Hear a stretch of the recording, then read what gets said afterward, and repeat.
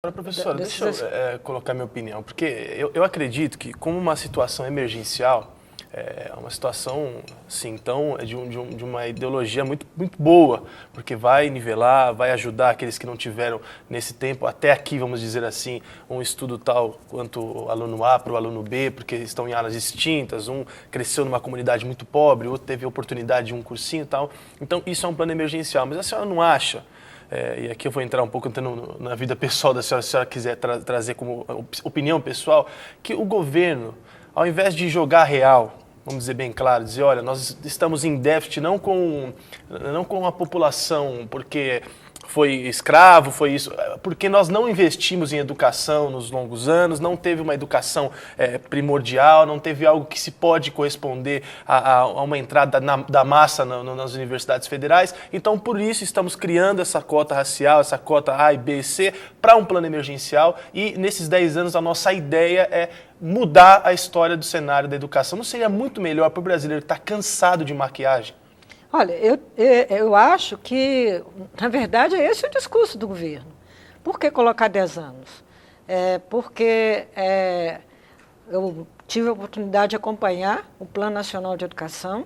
O Plano Nacional de Educação centra em 20 e poucas metas, e as metas principais dizem respeito exatamente à melhoria dos índices da educação básica no país. Sim.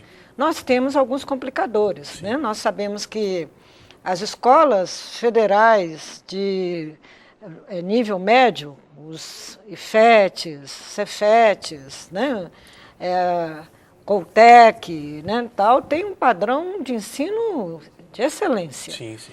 Mas são ligadas diretamente ao MEC. Né? Agora, nós não temos um único sistema de ensino no Brasil. Nós temos um sistema federal, nós temos sistema estadual e sistema municipal. O governo ele não pode interferir diretamente, né, assim, em termos de aumentar o salário ou diretamente nos sistemas municipais e estaduais. Ele pode utilizar mecanismos de indução. Sim. O que ele pode fazer, por exemplo, o piso salarial dos professores. R$ 1.400. Isso é muito pouco ainda. Isso é ridículo, a palavra bem clara. Exatamente. Mas era muito mais ridículo ainda. Mas era muito mais ridículo ainda, e em alguns estados, né? Ainda continua. Continua ainda. Mas até essa palavra que eu fico impressionado, porque assim, nós sempre partimos do prisma, mas era muito ruim, então vamos deixar o menos pior. Eu acho isso, para um professor, eu estou dizendo da grandeza da senhora, professora, é o que o Jean sempre disse aqui, todos nós lembramos de um professor que marcou a vida da gente, que marcou a história da gente. Não está na hora de falar assim, chega com isso, de pegar assim, porque aqui foi 900, vamos colocar para 1.500 que já está menos pior. Eu não acho que o menos pior é a solução. Olha, eu também concordo inteiramente, o menos pior não é a solução. Eu concordo inteiramente que a educação básica tem que ser valorizada, e um dos principais estrangulamentos é exatamente o salário dos professores. Agora, o que eu te digo é que politicamente isso não é tão fácil de resolver. Eu sei. Né? Uma das questões que eu acho muito significativa é que a Câmara tem aprovado agora os 10% do PIB para a educação. Isso é muito dinheiro. Era uma reivindicação dos movimentos sociais em geral, das escolas, né? Então 10% é muito dinheiro. Agora precisa chegar lá. Então é isso que eu queria falar com a senhora. Não seria a hora do governo federal chamar para si a responsabilidade da educação no Brasil e tirar essa responsabilidade do nível municipal e estadual, e o governo federal já começar então a criar mecanismos, porque isso é a coisa mais fácil para o governo, é criar esses mecanismos, né?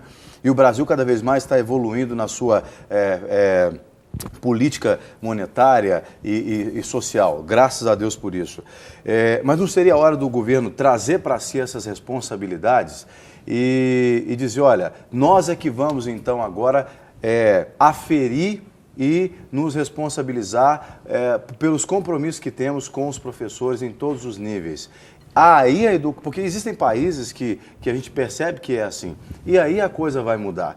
Por quê? Porque agora o governo federal vai ter condição de medir pelo mesmo critério, como, por exemplo, ele mede os professores das universidades e das instituições federais, como a senhora citou, o Cefet também, e as próprias universidades.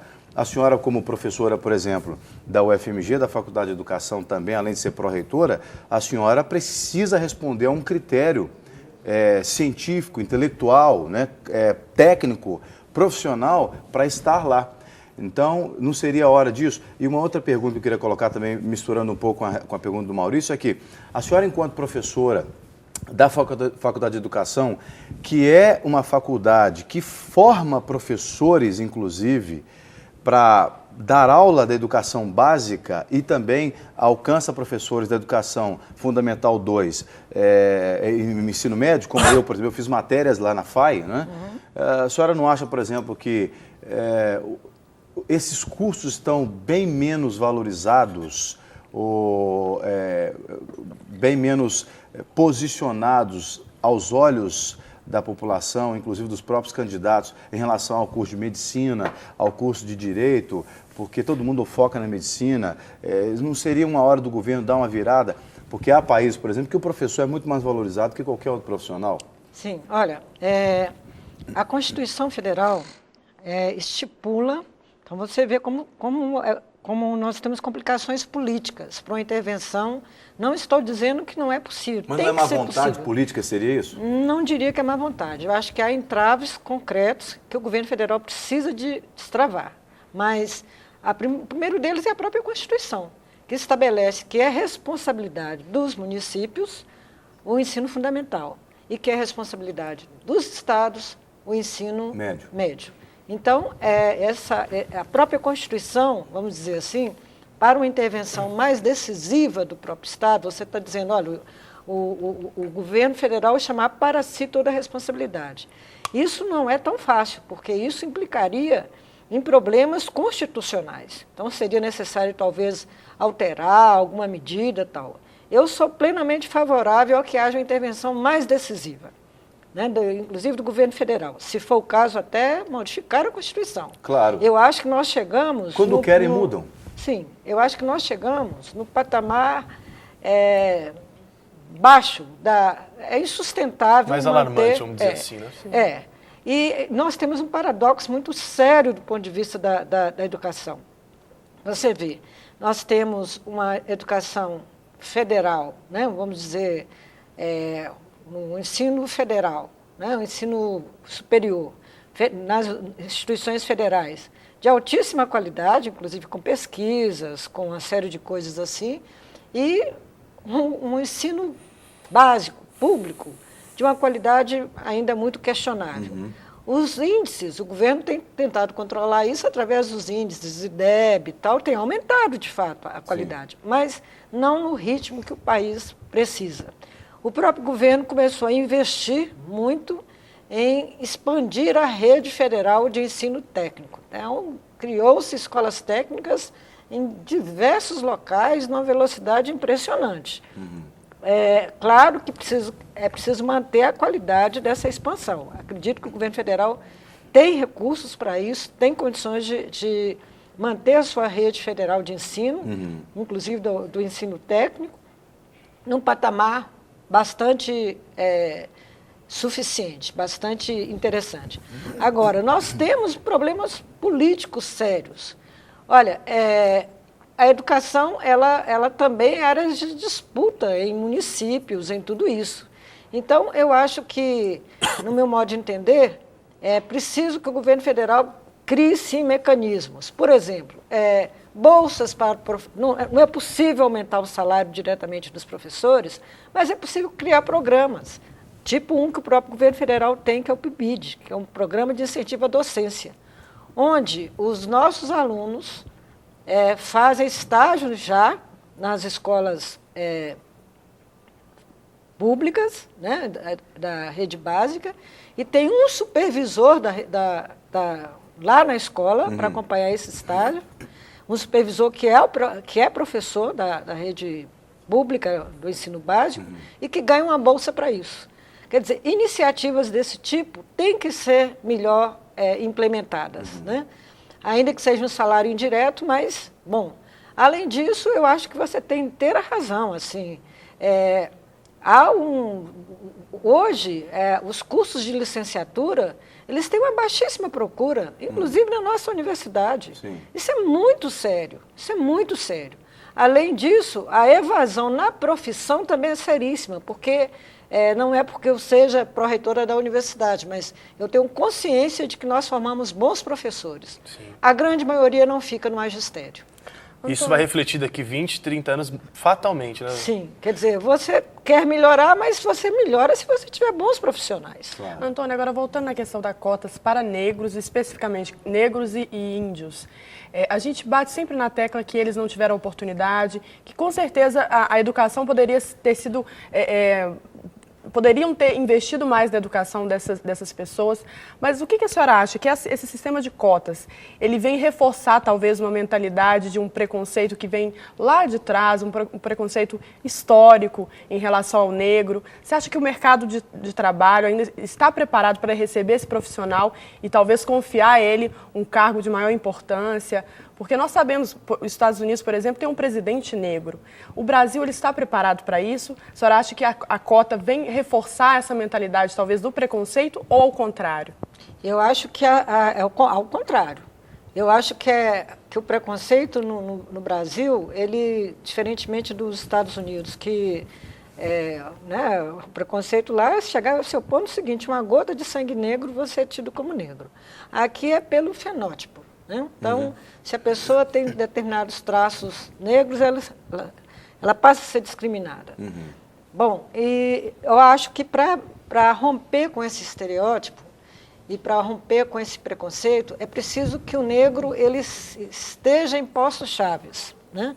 Ele seja visto em outros espaços onde ele não estaria. Por exemplo, o próprio ministro Joaquim Barbosa, né, sim, que está hoje no cenário nacional. Mas foi o primeiro membro né, do Supremo negro. Né?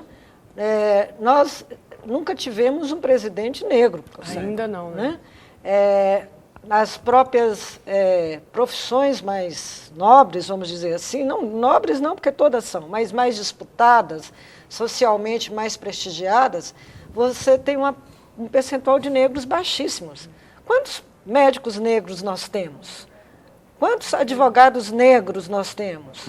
Né? Quantos publicitários negros nós temos? Então, eu acho que essa desconstrução do negro enquanto alguém inferior, só poderá ser quebrado no momento em que a sociedade começar a enxergar o negro em locais chaves. Então, as cotas são importantes nesse sentido, porque mexe com o imaginário popular, com o imaginário social, no sentido do prestígio. E a proporção é extremamente o contrário quando vai para as profissões de menos prestígio. Exatamente. Né? Agora, a UFMG, no caso, então, a partir do próximo vestibular, as pessoas que vão prestar o vestibular agora para 2013, que acho que agora é novembro, né, parece? O vestibular, em novembro é o Enem, que é a nossa primeira etapa. O vestibular em dezembro. O vestibular é 13 a 20 de janeiro, a nossa segunda etapa. A segunda etapa. A primeira Isso. é quando? A primeira é de acordo com o Enem, 3 com o Enem, 4. exatamente, que é novembro. No caso, as pessoas já podem se preparar para utilizar o processo de cotas para esse vestibular? Olha, a UFMG já tem uma história de inclusão. Então, para nós, não é nada extraordinário essa questão das cotas, porque a gente já usava um outro esquema de inclusão, que era o bônus. Né? E o bônus já contemplava alunos de escola pública e que se autodeclarassem negros. E quero dizer que não tivemos nenhum problema do rendimento escolar dessas pessoas. Né? Assim, é claro que nós temos problemas de retenção, tal, mas não em função dos alunos bonistas. Então, nós já temos essa história. Agora, nós abandonamos o processo de bônus, já que as cotas é uma lei federal e todas as instituições devem se encaixar nela, e passamos a adotar, então, as cotas. Mas, para a gente, não é nada novo, extraordinário, esses programas que favorecem as populações mais desprestigiadas, vamos dizer assim, na sociedade. Mas que isso seja só um plano emergencial, né, professora? Porque, olha, minha opinião, às vezes a gente chega a se indignar de uma tal maneira que a gente tem que segurar a língua, principalmente que está na televisão. Mas se você vê um professor sucateado do jeito que é o ensino de muitos municípios, de muitos estados e até o federal, e a gente como aluno, saber o valor que vocês têm para nós, que acho que deveria ser uma das profissões, se não a mais, uma das mais respeitadas. Então, assim, fica também aqui a minha homenagem de indignação à senhora e a todos os professores que realmente lutam por uma qualidade de vida para conseguir